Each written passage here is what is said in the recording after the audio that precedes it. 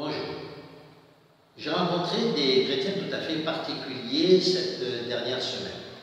Le premier est un pasteur qui affirme qu'il est possible à un homme de se séparer de sa femme s'il en est insatisfait pour vivre avec une autre femme et que cela est permis par l'Écriture sainte. Un autre, se disant chrétien, affirme incidemment qu'il ne peut pas être pasteur parce qu'il a deux femmes. Alors je lui pose la question, peut-être étais-tu musulman avant de devenir chrétien? Il me dit non, j'ai eu mes deux femmes en étant chrétien.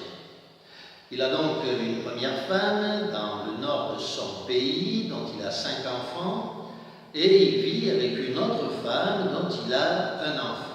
Et finalement, il voit, d'après ce que j'ai compris, les deux épouses, et il me dit, à cause de cela, je ne peux pas être pasteur. Oui, mais la question est de savoir si c'est seulement cela qu'il faut voir dans l'Écriture. Alors, quel est donc l'enseignement concernant la relation avec nos épouses telle que donnée dans les Saintes Écritures? Alors, nous allons aborder une première pensée. C'est Jésus-Christ qui parle avec la Samaritaine qu'il rencontre dans un puits, près d'un puits, et il pose cette question à la Samaritaine et il lui dit « Va et appelle ton mari ». Et la femme lui dit « Mais je n'ai pas de mari ». Et le Christ lui répond à ce moment-là « En cela tu dis vrai, parce que tu as eu 5 maris, et que celui avec lequel tu vis n'est pas ton mari. » Donc nous avons une grande leçon à retirer de cet enseignement qui, comme tous les autres écrits de la parole de Dieu, ont été mentionnés noir sur blanc pour notre information, pour notre instruction à nous, sur qui sont arrivés la fin des systèmes de choses. C'est donc Jésus fait mentionner dans l'Écriture sainte ce passage, c'est qu'il doit nous apprendre quelque chose. Ce quelque chose, c'est qu'il dit à la Samaritaine, « En cela tu dis vrai, celui avec lequel tu vis n'est pas ton mari. » Donc le Christ fait déjà une différence entre celui ou celle qui est marié et qui vit avec quelqu'un et celui ou celle qui est marié et qui vit avec quelqu'un.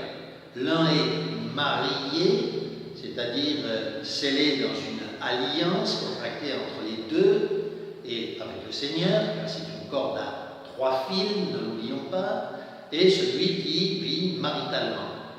Le Christ fait ici une différence lorsqu'il dit « Celui que tu as n'est pas ton mari, en cela tu dis vrai ». Cela donc l'objet de notre première analyse. Maintenant, si nous prenons le texte écrit donc par le Saint-Esprit et traduit par l'apôtre Paul dans le livre des Romains, au chapitre 7, nous lisons ceci. Alors, bien entendu, le contexte nous parle de l'Église. Cependant, pour nous parler de l'Église, l'apôtre se sert d'une image, de l'image d'une réalité, celle du mariage. Il dit donc à partir du verset 2 de ce chapitre 7, « C'est ainsi que la femme mariée est liée, c'est valable pour l'homme et pour la femme, puisque le verset précédent disait « s'impose à l'homme ». Donc c'est ainsi que la femme mariée est liée par la loi au mari tant qu'il est vivant. Mais si l'homme meurt, elle se trouve dégagée de la loi de son mari. C'est donc du vivant de son mari qu'elle portera le nom d'adultère si elle devient la femme de notre. Mais en cas de mort de son mari, elle est si bien affranchie de la loi qu'elle n'est pas adultère en devenant la femme d'un autre. Ainsi, les choses, d'après l'Écriture sainte, sont claires. Une femme dont le mari est mort et qui se remarie n'est pas adultère. Alors qu'une femme qui est mariée est liée, donc il s'agit bien d'une alliance qui lie un homme et une femme. Si elle a une relation en dehors du mariage, il s'agit donc d'un adultère. Étant lié au mari ou à la femme, il n'y a adultère. Si il y a relation, par contre, après la mort, le lien est défait, délié, il n'y a donc pas d'adultère.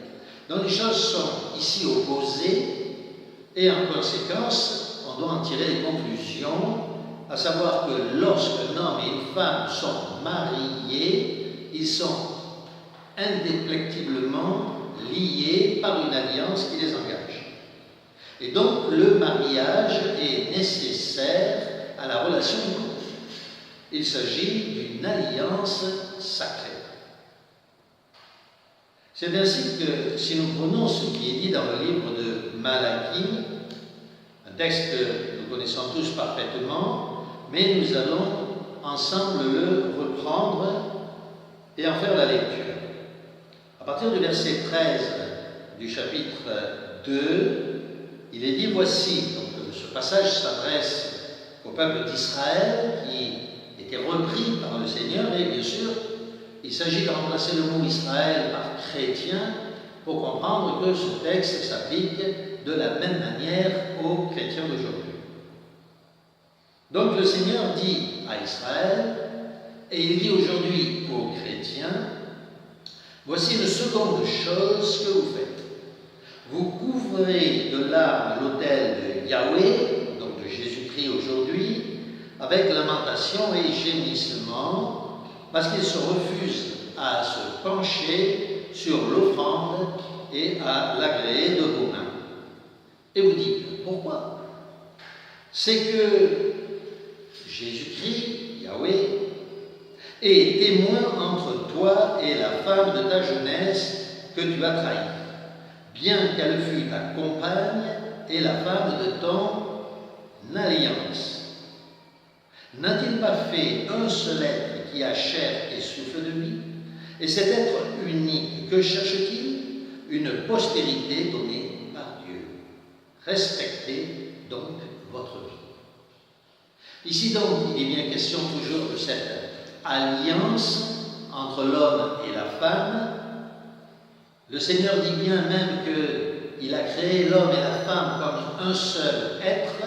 Ils sont un et non plus deux, dans le but de donner une postérité.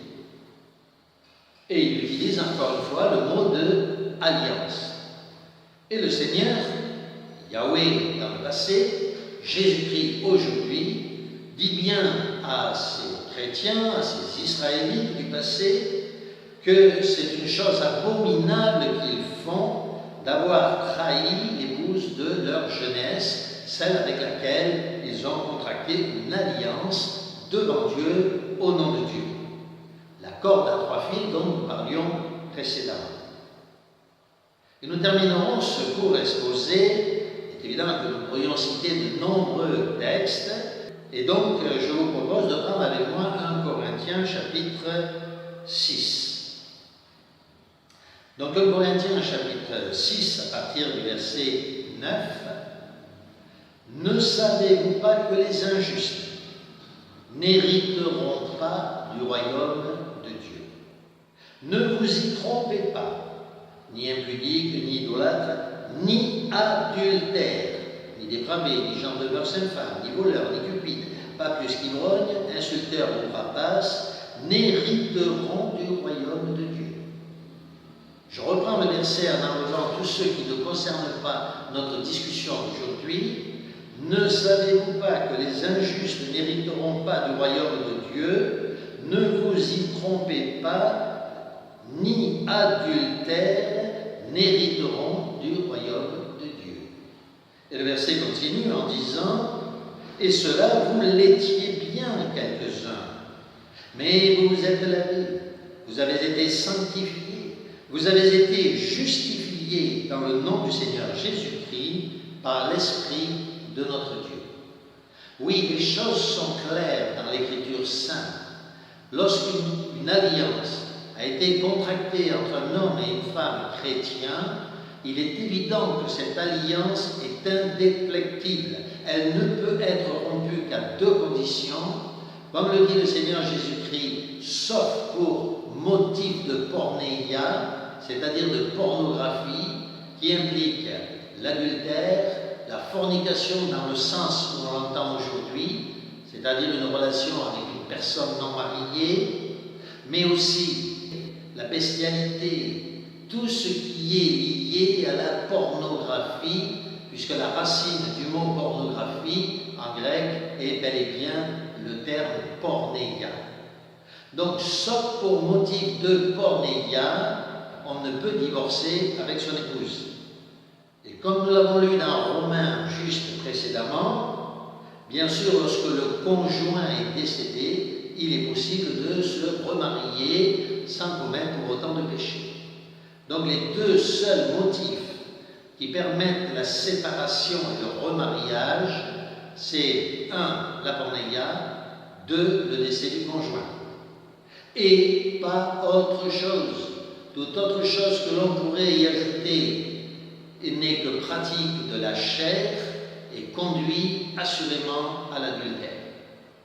Puisse cette vidéo vous encourager à demeurer fidèle à l'épouse de votre jeunesse et à ne pas attrister pour votre propre condamnation l'Esprit de notre Seigneur Jésus.